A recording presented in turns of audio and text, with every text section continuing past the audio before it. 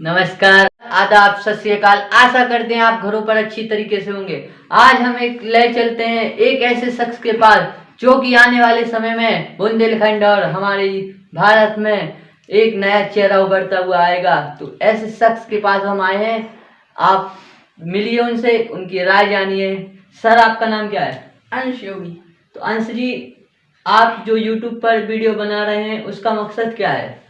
मैं YouTube पर जो वीडियो बना रहा हूँ उसका मकसद है लोगों के लिए जागरूक कर सकूं, लोगों के अंदर एक मोटिवेशन की भावना पैदा कर सकूं, लोगों को उनका अपना लक्ष्य स्पष्ट तरीके से दिखाई दे। युवा पीढ़ियों को क्या कहेंगे अंश जी आप? हमारा जो युवा पीढ़ी है वह हमारे देश की नींव और पिलर है। नींव, हमारे देश की अगर नींव अच्छी नहीं रहेगी तो हमारा देश कभी विकास नहीं कर सकेगा। जैसे कि एक घर में उसका जो नींव होता है वह मजबूत होना चाहिए, तब एक घर टिक सकता है। इसी तरह अगर हमारे देश के लिए सहयोग नहीं करेंगे, अगर हमारे देश की युवा ही जागरूक नहीं रहेंगे तो हमारा देश विकास नहीं कर सकता है। तो अंश जी, लेकिन युवा की पीढ़ी आज के समय में नशा और युवा शराब के बारे में ज़्यादा जा रही है, उसके बारे में क्या कहेंगे? हमारा जो मकसद है हम पहले भी बता चुके हैं आपको। नाश की जड़ है भाई, इसका फल अतिशय दुखदाई। यानी जो नशा है वह हमारी नाकामयाबी की जड़ है, हमारी असफलता की जड़ है, और इसका जो फल है वह बहुत ही दुखदाई होता है, चाहे वो हमारे लिए हो, हमारे परिवार के लिए हो, हमारे क्षेत्रवासियों के लिए हो। माँ एक शब्द ऐसा है जो कि भगवान के रूप में माना जाता है। माँ के बारे में क्या कहेंगे? माँ, आप एक बार माँ शब्द सुनिएगा तो ऐसा लगता है कि पूरे दुनिया का भ्रमण कर लिया हो। माँ, किसी ने क्या खूब कहा है, इसलिए उसने माँ बनाई, लेकिन मेरा मानना तो यह है कि भगवान ही खुद माँ है। हमारी जो माँ है उन्होंने हमें 9 माह तक अपने गर्भ में रखा, कई मुश्किलें झेली, कई दिक्कतें झेली, खुद रातों रात नहीं सोई लेकिन आपको सुलाया। ऐसी होती है हमारी माँ। हमने माँ के लिए भी एक वीडियो बनाई है, और माँ जो शब्द है इसका तो हम वर्णन कर नहीं सकते, लेकिन मैंने जो छोटी सी वीडियो बनाई है आप जरूर देखिएगा। लेकिन आज की युवा पीढ़ी तो माँ बाप को मानती है, घर से बेघर करना चाहती है।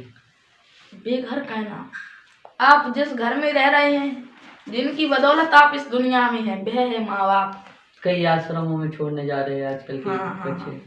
जी बिल्कुल, मैं आपसे पहले भी कह चुका हूँ, जिनकी वजह से आप इस दुनिया में हैं, जिनकी वजह से आप इतने बड़े हो गए हैं, जिनकी वजह से आप कामयाब हो गए हैं, उस देवता के लिए अगर आप अपने घर से बेघर कर रहे हैं, आश्रमों में छोड़ रहे हैं, तो यह आप सफलता नहीं बल्कि असफलता है, आपकी जिंदगी की नाकामयाबी है।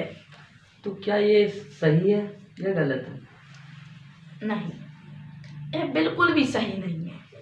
हमारे जो माँ हो, बाप हो, हमारे पिताजी माताजी, इनको घर में रखकर हम कोई एहसान नहीं कर रहे।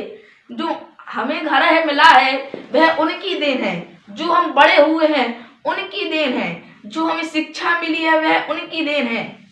अजी, तो एक समय ऐसा था कि एक माँ 4 बच्चों को पाल लेती थी। आज वही 4 बच्चे एक माँ को नहीं पाल सकते हैं, क्यों ऐसा? बहुत ही अच्छा सवाल है आपका। आप सभी काली माँ की आरती सुनी होगी, तो उसमें एक लाइन आती है, पूत कपूत सुने हैं माता, माता नहीं कुमाता। यानी पूत तो कपूत हो सकता है, बेटा तो गलत निकल सकता है, लेकिन माँ नहीं।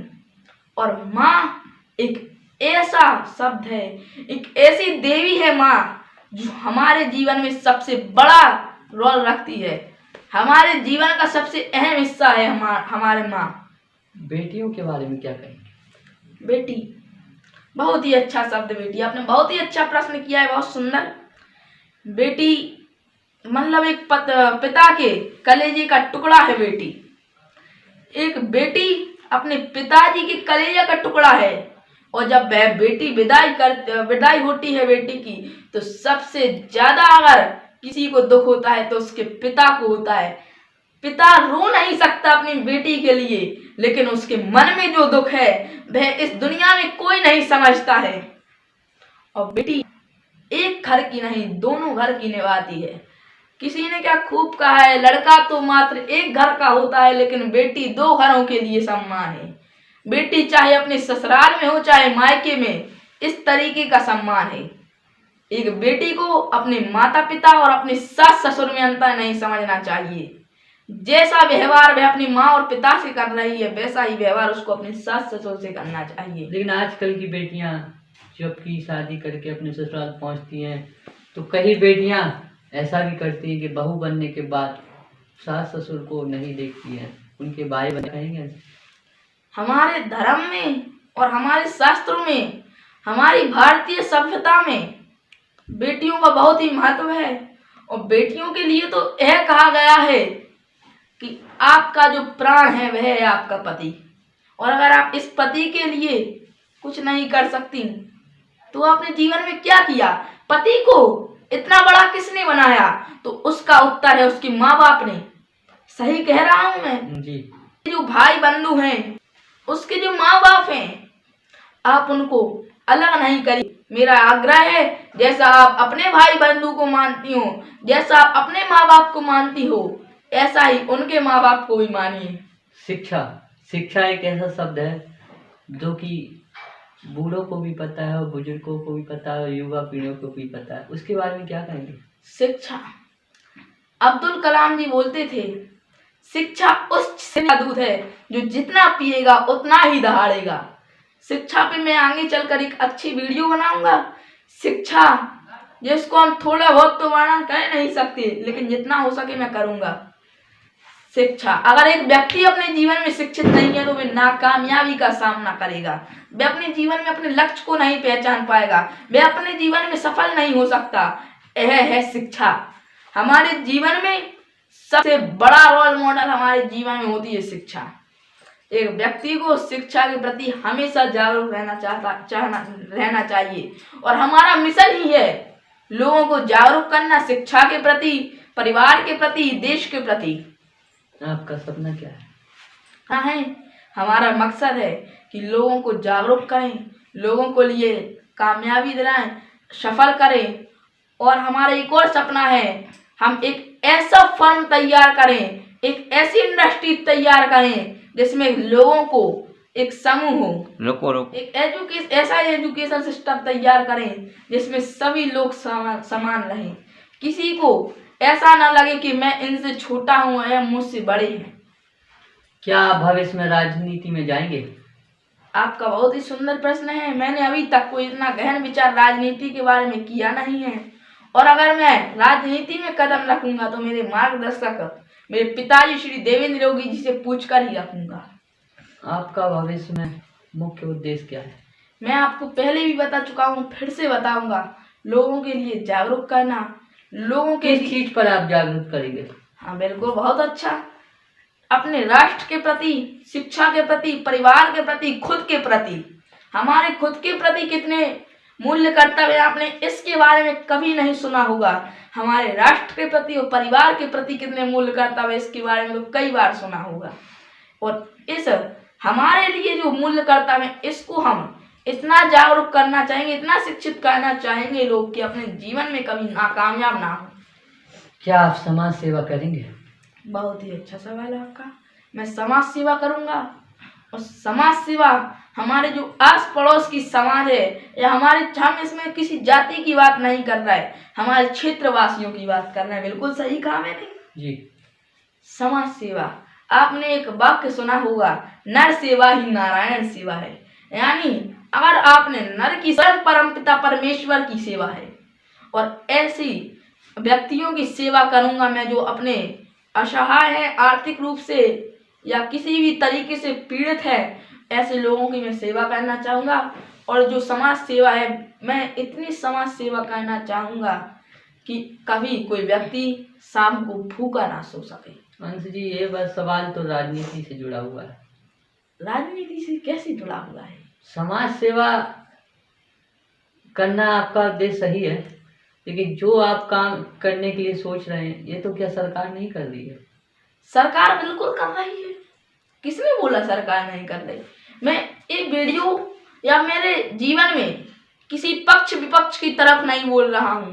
मैं सिर्फ इतना चाहता हूँ कि हमारे देश का और हमारे युवाओं का जितना मैं साथ दे सकूं, जितना मैं उन्हें संघर्ष से मिलती है जीत, मैंने एक वीडियो बनाई थी जी, उस पर हम थोड़ा बात करेंगे। बोलिए। संघर्ष, संघर्ष ऐसा शब्द है जो व्यक्तियों को मुश्किलें दिखाता है, लेकिन मुश्किलों के बाद ही एक व्यक्ति को कामयाबी मिलती है। राजनीति की जहां तक की बात रही, तो राजनीति ऐसी वैसी नहीं करूंगा, अगर मैं करूंगा तो अच्छे से करूंगा, और राजनीति में मुझे उतारना नहीं है, मैं सिर्फ समाज सेवा कहना चाहूंगा। जरूरी नहीं है कि जो समाज सेवी है वह राजनेता हो। गौ, गाय माँ, जो गाय माता है उसके लिए आप क्या कहेंगे? क्योंकि आज की युवा पीढ़ी कहीं गाय माँ को मान रही है और कहीं नहीं मान रही है। काटो, क्या बंद होनी चाहिए असली? बहुत ही अच्छा सवाल। गौ हत्या हो या किसी भी प्राणी की हत्या हो, ये पूर्णतः बंद होनी चाहिए। हमारे शास्त्रों में और हमारे वैदिक काल में, हमारी भारतीय सभ्यता में कहा गया है अहिंसा परमो धर्म, यानी अहिंसा हमारे जीवन में होनी चाहिए। महात्मा गांधी जी को इसलिए महात्मा कहा गया क्योंकि वे अहिंसा के मार्ग पे चलते थे, ना कि हिंसा के। चाहे हिंसा व्यक्ति से हो या गौ से हो या किसी अलग प्राणी से हो, उसमें हर व्यक्ति में परमेश्वर का एक रूप होता है, एक अंश होता है, और ऐसे परमेश्वर की हत्या करना, गौ हत्या की हत्या हो, वह समान है। आपने एक वीडियो डाली थी उम्मीद की किरण। उम्मीद की किरण का मतलब क्या है? उम्मीद की किरण, आप एक बार इस शब्द को सुनिए, उम्मीद की किरण, तो लगे जैसे उगता सूरज। उम्मीद की किरण हमारे जीवन में बहुत ही महत्वपूर्ण अंग है। अगर हम उम्मीद नहीं रखेंगे, खुद पर विश्वास नहीं रखेंगे, तो हम जीवन में कामयाब नहीं हो सकते। मैंने जो उम्मीद की बात कही है, यह खुद पर कही है, ना कि दूसरों पर। यानी एक आपने देखा होगा, छोटी सी चींटी जब दीवार पे चढ़ती है तो यह कई बार फिसलती है, लेकिन एक बार जरूर अपने मकसद पर पहुंचती है, अपनी कामयाबी तक पहुंचती है। यह होती है उम्मीद की किरण। हर व्यक्ति कई बार फेल होता है, लेकिन अगर उसके अंदर उम्मीद की किरण है तो वह अपने जीवन में सफल होगा। और इतना ही कहना चाहूंगा मैं उम्मीद के बारे में। तो जैसा कि आपने देखा, हमारे YouTube चैनल के माध्यम से अंश जी के भारी अच्छे विचार रहे और इन्होंने काफ़ी प्रश्नों का उत्तर दिया।